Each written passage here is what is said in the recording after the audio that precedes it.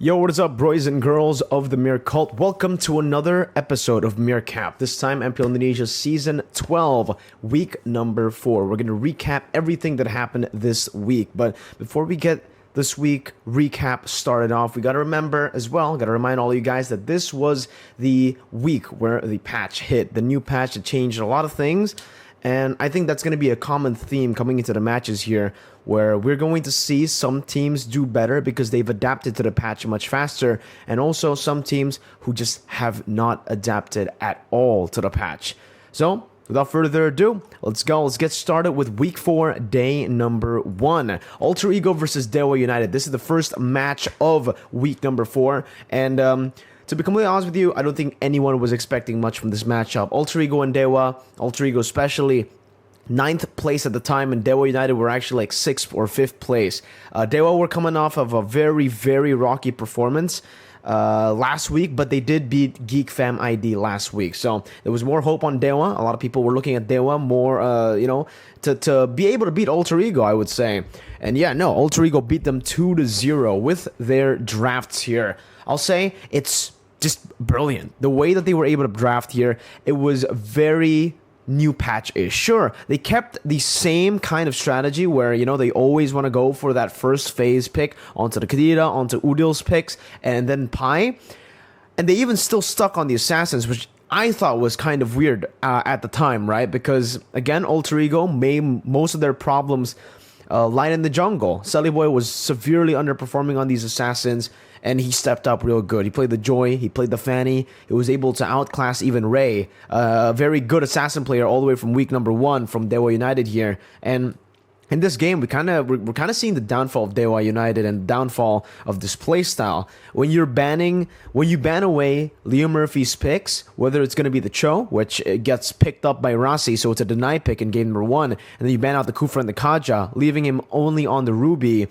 He just doesn't find his jam in the game. And even in game number 2, when he did get the Kufra, unfortunately for DEWA, Alter Ego already had all the countermeasures ready to go up against the Kufra. The Fanny pick was merely just a bait to get that Kufra pick going. And once that Kufra pick got picked up, the Kadira, the Eve, everything was able to poke him down so easily, and everybody was able to maneuver around that Kufra. And I think I can say this with a little bit of confidence. If you guys are a Kufra player yourself, I think the worst enemies you can face off are enemies with either anti-CC or really good mobility, right? You can't get that Tyrant's Revenge off, and Leo Murphy just got completely countered. DEWA have been a very Leo Murphy-centric team when it comes to engages, Watt-centric when it comes to carrying the game. But yeah, that's what happened in this game. Pai, MVP, well played. Moving on to day number 1, week 4, match number 2. Aurafire took on Geek Fam ID. Now, a lot of people were looking at Geek Fam. A lot of people were expecting Geek Fam to maybe even take the game against Aurafire, considering, you know, they just beat RRQ. They beat number 1, first place in the standings, their first ever loss in the season, RRQ, with Saber Rome. So a lot of people expected a lot from Geek Fam. But again, Aurafire with Van, they were able to outclass Geek Fam, mainly, I would say, because Geek Fam, they play through their trio mid. If that trio mid fails super early in the game, it's done. And Aurafire has that trio mid. They have the trio mid to be able to execute those crazy fights, those crazy neutral objective control. And the thing is about Geek Fam is the way they contest turtles is very different to other teams. We'll get into this later when Aura faces off against Alter Ego, but Aurafire, their perspective on how to take team fights is very interesting. They don't actually try to zone the enemy jungle. They leave Van to 50-50, and they go and start poking and they just try to fight. They just try to go for the XP lane or anyone else. The jungle, they do go for the jungle. I'm not saying they don't, but when the jungle is able to maneuver around, they don't care. They know Van's going to be able to win a 50-50. So Geek Fam, they kind of have that same style. They don't go for the jungle that much, and in this game, you could really see that, I would say, Beloy was just really struggling on the Kufra. Aurafire were able to use the Edith very, very well in this game, and the Khalid pick was a big shocker, showing to us that Aran might be Diablo 2.0. Same coach as well, St. Lucas, that coach SG for some time there, and he even pulled up the Yu Zhong, so he showed basically that he could play the Khalid, he can also play things like the Yu Zhong team fight, and he even said in the interview If the enemy team is expecting me to team fight, I'm going to split push. If the enemy team is expecting me to split push, I'm going to team fight.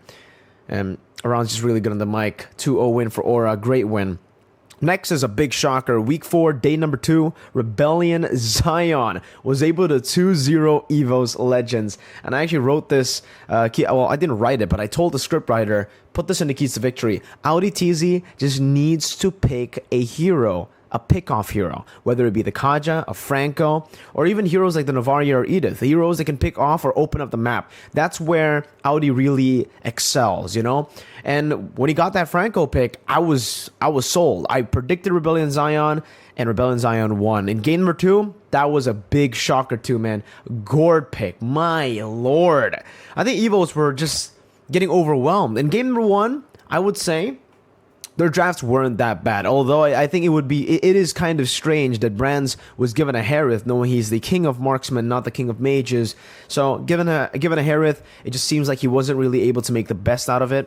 But in game number 2, he got onto that marksman, pulled the game a bit longer, but still Rebellion Zion had control all in the game, the entirety of the game.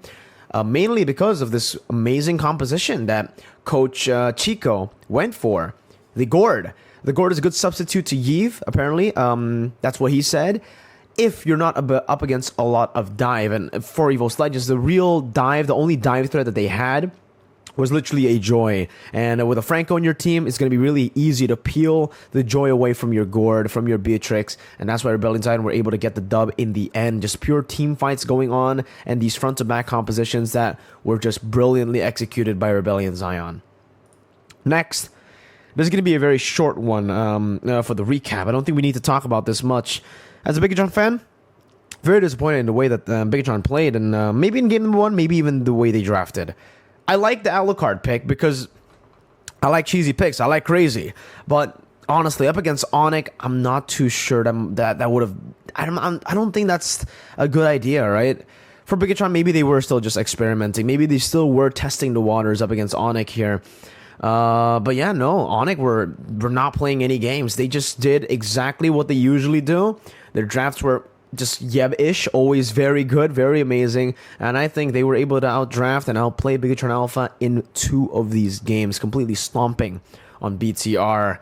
Yeah, not much to say here. This was just a stomp. And then week 4, day 3, EVOS Legends versus Bigatron Alpha. Now in game number 1, I honestly felt like Bigatron Alpha had a composition to try to go up against EVOS Legends here. But EVOS Legends were able to just play it a bit better, I would say. The game was very close, 21 minutes. I don't think Bigatron Alpha got completely stomped in game number 1. They had a lot of good fights that went their way as well. But ultimately, I think EVOS Legends executed their game plan a bit better. They had a Clint, they got the Clint ahead, and they were able to just completely snowball and stomp Bigatron in the later fights when Clint got his item power spikes. Then game number 2 and game number 3, this is where Bigatron Alpha just took it personal, took game number 1 personal, and completely went crazy. From the draft as well, I think there was a big snap for Aldo. He was like, you know what? No. We're not taking a loss against EVOS Legends. This is how we're going to be drafting. This is how we're going to be forcing these bans out, forcing these picks out from EVOS Legends as well, leaving out things like the Fredrin, letting it go, picking up the glue here with the Faramis band out. A lot of great decisions made in the draft by Bigatron Alpha. And for their gameplay, I think game 3 was amazing by Cerezo, but Ken definitely deserved the MVP here. He got kind of shat talk by Taz early on in the match. Before the match, there was a pre-match interview, and Taz said that, you know, Ken, his mental is weak. Why is his mental so weak? Kind of like that. And so Bigatron won. They even recalled on Taz, so yeah, good fun. Geek Fam ID versus Rebellion Zion. Now, Rebellion Zion, I think they got a bit too comfortable with the crazy picks. The Gourd pick was amazing. It worked for that composition, but I think they just got way too creative. After winning with Gourd, they were like, you know what other heroes can we pull off? Maybe we can pull off the Leomord, which is completely fine. The Leomord is a great pick, but then you put in the Arlet mid, and you're just like, okay, I understand you have a lot of magic damage coming in from the Harith, but I don't think it's going to be enough here, especially for the Arlet. Yes, you're brawly, but Geek Fam can just play the long game, and they picked a perfect hero into this composition. Rebellion want to engage, you pick something like a Minotaur, and it's GG. Minotaur is probably the best tank when it comes into going up against all-in compositions, and Rebellion Zion fell for the trap. Geek Fam picked up the Minotaur, and they just steamrolled through. Game 1. Then Game 2, I honestly think Rebellion Zion were just out of it after that. Rebellion are they're a team that either goes 2-0 or goes 0-2. It very rarely do you see them go 2-1. They'll always be 2-0 on the receiving end or giving it 2-0. Yeah, they're a team that goes based on momentum usually. Unless they go up against like the really good teams like ONIC, then ONIC are able to lose one game and then come back the next. But yeah, that's Rebellion. Rebellion can also do things like this, where, in week number 1, Alter Ego won game number 1 against Rebellion, then Rebellion won game number 2, and right after that, they won game number 3 easily. So, again, very momentum-based team. Next, we have RQ versus Alter Ego, number 1 versus number 9 in standings, and this was truly a spectacle, because Alter Ego, Hack a Skylar was a strategy coming into this matchup. And I think they executed it perfectly, banning the Claude and even banning the Beatrix in the first phase. Now, a lot of people might say it's very expensive, but against RQ, I would say it is the right move to go for. I think if you want to beat RQ, the main guy you need to shut down is Skylar, because in a lot of their games, or maybe even all of their games, mostly, it has been Skylar who carries them in the late game. Not to say that it's only Skylar that does work, because I would say Banana has done his fair share of amazing plays, Naomi, and even Clay. They're all really good. Fair6 just been the utility, right? So we don't really mention him a lot. He's great on utility, but he hasn't really had that shiny performance. But again, Alter Ego knew exactly what to go for, what to fight for. They banned out the Beatrix, banned out the Claude, and unfortunately for them, the Irithyll was picked up by RRQ. Now that was a big shot to Alter Ego, I would say, but Alter Ego were able to recover really quick, and they picked up a Brody. Brody is amazing against Irithyll. It is a bit of a skill matchup. It's not entirely in Brody's favor, but it does lean a little bit to the Brody. And yeah, Brody was able to win the lane. Pi was able to win the lane on the Terizla as well, and they were able to just control these team fights really well. Mainly, I'll have to give it to Pi, man, for getting a lot of these great CC right as the neutral objective take goes 50-50 for Sully Boy, giving Sully Boy so much room and space to do whatever he wants. And Alter Ego, they went for a full dive comp, right, from both of these games, technically. Well, actually not in game number 2, but game number 1. And yeah, it's just what works currently in the meta of dive comps. In game number 2, I think RQ just got completely outdrafted. Their Irithyll was taken away, their utility was taken away. Fair6 was forced on an assassin, and the gameplay just did not fit. That's not the RQ that we saw in week 1 all the way to week 3.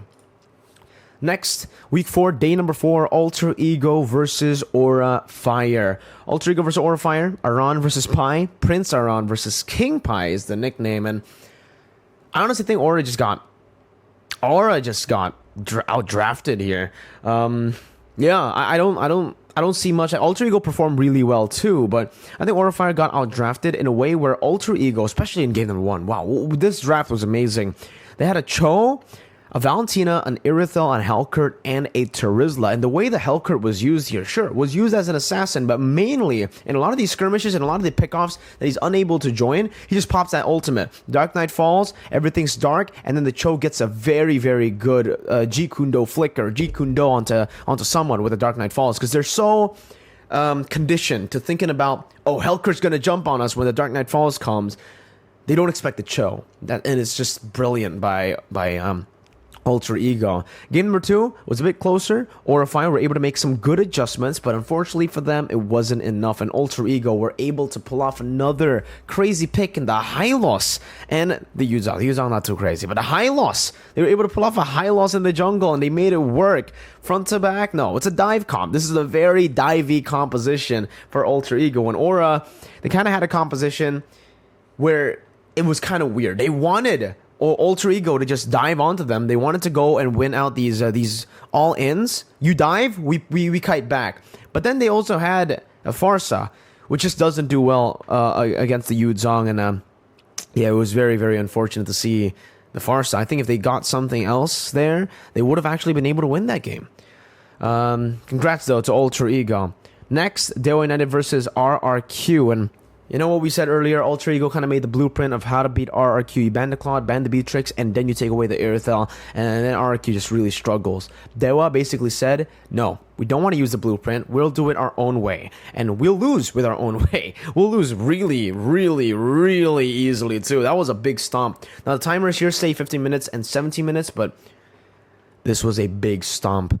And it was really weird. Game number 1. They didn't ban out the Yuzong despite picking up a Clint, right? Usually when you pick up something like a Clint, very vulnerable. You want to take away these dive-heavy heroes, especially when RRQ decide to go for their XP lane as a last pick.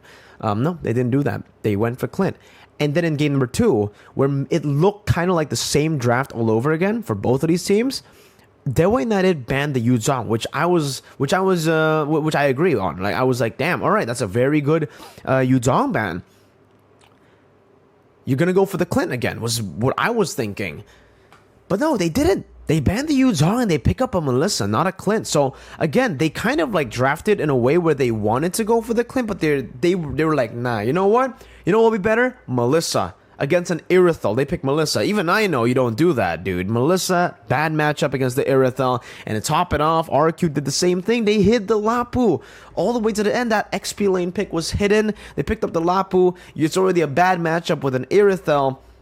Add a Lapu into the mix, and the Melissa just doesn't get to play. And that's it for week 4. Now, let's take a look at the MVP of the week. Let's see if we agree with the MVP of the week, guys. Here it is. Boom, bang, bada bing. Rossi, MVP of the week. I gotta agree. This was my vote, too. Personally, I think he was just amazing throughout this week. He has really showed up, and he's really kind of like embodied both of the identities that he used to have, right? Back in the day, season 11, he was considered a low mechanic roamer. He'll play things like the Estes, the Mathilda, the Venus picks, right? Like the healers, the enchanters. No, healers. Okay, so he picks up the healers, and then, yeah, everybody just started calling him Oh My Rossi. Season 12, he decides to go on to the interview and say, I can be Oh My Rossi, I can be Rawi, right? Like basically, he didn't actually say that, but he can play both now. He can be Yaoi, he can be Oh My Venus, and that's just amazing to see so much growth from a player who's a veteran, man. The man has been in the game for so long, and he's seen a lot of his teammates become champions. He was part of ONIC, so all of his, ex-teammates, his friends from different teams have all lifted a trophy except for him, and it doesn't stop him from being hungry. It actually motivates him. It doesn't demoralize him. So congratulations to Rossi. I'm a fan of his playstyle. I'm a fan of his of just how much he works hard here, and definitely deserves it. Then moving on to the next thing. Yeah, we got to talk about this. Audi TZ, Rookie of the Week. I think this was a very, very good call. I think it was my vote too, by the way. Yeah, I think Audi just did everything that a rookie should, and he actually led Rebellion Zion into a lot of these victories with his Franco picks against Geek Fam. No, sorry, not against Geek Fam, against EVOS Legends. And his Franco was just scary all throughout this week. All throughout the season so far. And if ODTZ keeps on performing like this, and if him and the coach is able to adjust to a lot of the mistakes that the team is making, I think Rebellion Zion might actually make it to the playoffs and might actually be a contender. Maybe a dark horse even. Let's move on to the final one, which is Team of the Week. It is full Alter Ego. When I saw this, I was like, God damn. But then you realize, hey, they played 3 times this week and they won all 3 games 2-0. Yeah, it's a good decision to make. This one was out of the hands of the casters. Usually they decide on their end. And I think this was a brilliant choice, man. Every single one of them popped off. Nino was able to carry the game. Pi was able to facilitate the early to mid neutral objective. Sully Boy didn't miss on the red trees and didn't miss on the assassinations. Udo, solid mid laner who sets up for everything. And Rossi, God roamer in week number 4. Props to all of them. They all deserve this. Really, like, from getting bashed on by everyone, including me. I'm not two-faced, bro. I'll say it. I was bashing Sully Boy. I was saying that Sully Boy might not be able to pull off these assassins anymore. But again, if they are able to work hard and change and improve, this is the outcome, guys. that's Mobile Legends, man. That's the magic of it, right? You can be so bad last week, and then you can become a different team entirely this week. And I think that 2 week gap that they had from week 2 all the way to week 4, because they didn't play in week 3, ended up doing a lot of good for them. Because I think if they played week 3 and they got another loss, I don't think they would be able to completely reset. And this reset was definitely needed. Now, look at the standings. It's all 3 out of 5, guys. Holy shit. MPL Indonesia this season has been the most competitive season. And I know we say this every season, but it's true. Every season it's true. Last season was more competitive than the previous one. And I said ONIC would be champ for sure. Well, ONIC did become champ in the half season. But yeah, I didn't expect it to be this close, especially in the, 4th to 9th place? 5th to 9th place, actually. They're all 3 and 5. And one win can change everything here. Alter Ego, if they lose, they can be number 9 again. DEWA can be number 1. Well, not number 1, but number 5. And they can constantly just swap places. And it just adds so much drama, much needed drama to MPL Indonesia. I can't wait to see more of MPL Indonesia Season 12. And now, let's go on. Let's go on to the tier list, man. Let's go for the updated tier list. Alright, dude, so this was where we left off, in case you want to know what was the tier list last time. This is the way I put it, and again, this was based on week 3, and Alter Ego didn't play in week 3, and week 1 and week 2, they were horrible, right? So, we gotta make a few adjustments here. Let's start with Alter Ego first. I think with their performances, with the way that they've been playing, they deserve a rise all the way to A tier. We'll put them there for now, man. Alter Ego, so much going on for them, and the way that they've been playing is just absolutely phenomenal. I'll have to move them all the way up there. Now, Rebellion, Zion, DEWA, I'm gonna have to move to RIP, right? The reason I'm putting DEWA to RIP is because I just feel like for the drafts, for the way they played, everything that they had going for them in week 1 and week 3 disappeared in week number 4. Usually when they lose out on these team fights early game, when they don't get these neutral objectives, they will start to mirror. They will start to trade on the other side of the map. Now, they just fight. They lose turtle number 1, they fight. They lose turtle number 2, they fight. They have a bad early game, they fight. And it's just so weird to see, and it's honestly very amateurish the way that they're playing, that they've been playing in week number 4. And I can't stress you enough, the drafts have been horrible. The drafts have been absolutely horrible. Like the Melissa pick into the Irithel and Lapu, that really got to me as a Melissa player. But aside from that, just the drafts in general this week have been horrible from DEWA.